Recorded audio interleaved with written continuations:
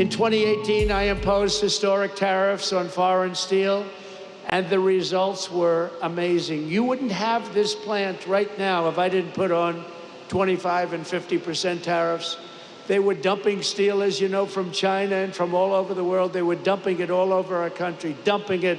And it was bad steel, it was garbage, but it was steel, and it was cheap as hell, and it was a terrible thing. And you wouldn't have had any steel mills. I don't think, Dave, they'd have a steel mill open in the country if we didn't do the tariffs.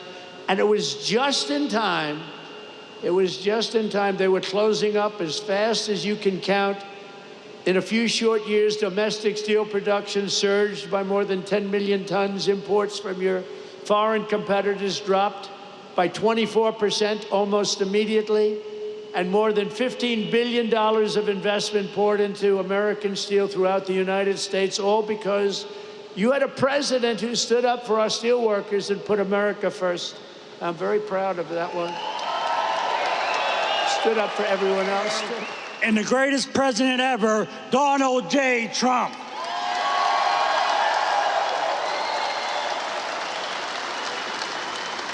Hello, my name's Brian Pavlak. I'm a third-generation steelworker and the president and founder of Steelworkers for Trump. The attempted assassination of then-president candidate Donald J. Trump prompted me to establish Steelworkers for Trump. Our membership now exists to 2.5K. In my opinion, President Trump has demonstrated remarkable support for the American steel industry, surpassing the collective efforts of all other presidents combined.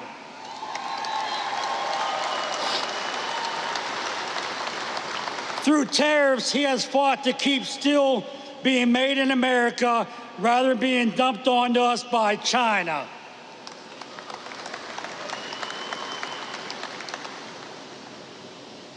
Through this deal, he has fought to keep us billions of dollars in investments that will secure jobs for generations to come.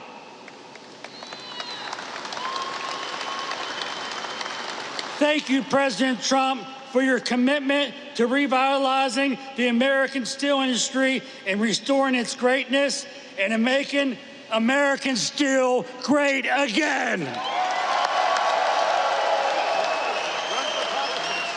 We go to so many rallies, and we appreciate it. It's called love, and there's so much love in this room. It's incredible. The men and women here today, they work every day to keep America powerful and strong, and for decades you watched as one globalist politician after the next sold you out and sent your dreams to China and to many other foreign countries. But now you finally have a president who's working for you and fighting for you, and we're going to be watching over you. This is going to be so successful. You're going to be so proud of this. This is going to be a very big day. I hope it's going to be one of the biggest days in your life.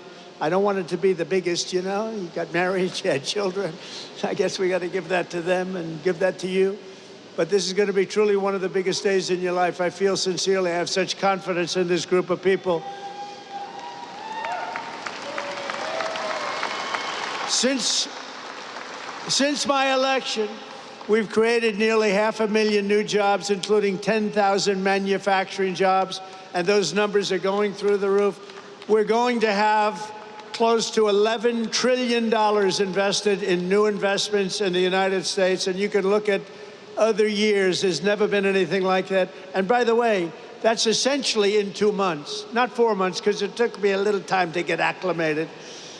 But over the last 2.5 months, we're over $11 trillion is going to be coming. Apple is spending $500 billion to invest in America, not in China. NVIDIA, $500 billion. TSMC, if you look at this one, TSMC, and this is a company the biggest in the world for chips, $200 billion at least. Amazon, $4 billion. Johnson & Johnson, $55 billion. Merck, Stellantis, General Motors are putting in billions and billions of dollars. We have it all done. It's going to be all with very little inflation. In fact, it was 2.1% in April, way down. You went through inflation that was probably the greatest inflation in the history of our country over the last 4 years. And now we have it down to around 2%. Grocery prices are down. Mortgage rates are down. Energy prices are down. And gasoline prices over Memorial Day weekend were the lowest they have been since 2003. Think of that.